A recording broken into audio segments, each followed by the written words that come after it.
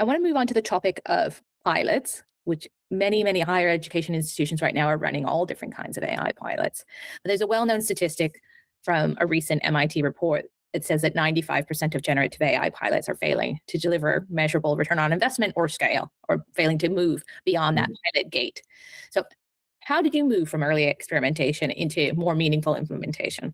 On the basis of the question, I looked at this study also, and the design of the LLMs was very generic, very general. So at the end of the day, the added value for the students is not forcibly big because the essence of development was not really adequate.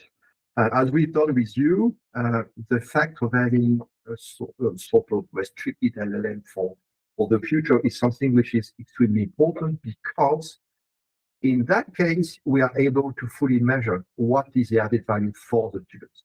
Because we know exactly the frame of information that we frame. Sorry to be doubling. It's exactly information that we frame, so that we can prove that such an LLM, which is guardrail, is giving the right information to the students at that time. And also, our philosophy was to look at AI as a companion. It's not something which is meant to replace it. It helps the students to progress within knowledge acquisition, which is very different than asking the tool to get an answer, which will be giving us an assignment. So having a companion is something which is really different in terms of philosophy than having a solution for answering questions.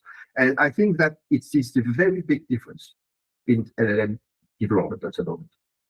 I mean, what it sounds like you're talking about here is almost like a level of intentionality, right? In design.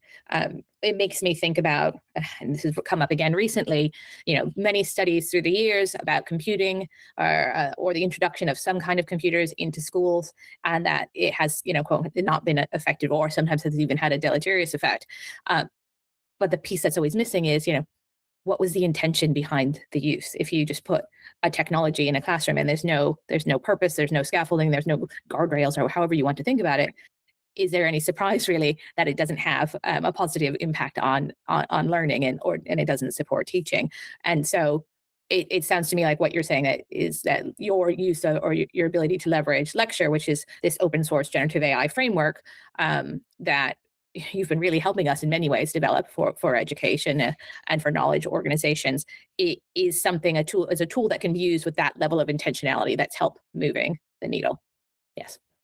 It helps moving the needle, and it helps in catalyzing knowledge acquisition. This is absolutely key. It's not a replacement, and it's something which I explained to my colleagues also. We are not in a situation to replace a professor. We're not in a situation to replace any sort of PhD candidate who wants to be posted or anything. It's something which is accompanies the students at whatever level he or she is, so that we are enhancing the capability of knowledge acquisition.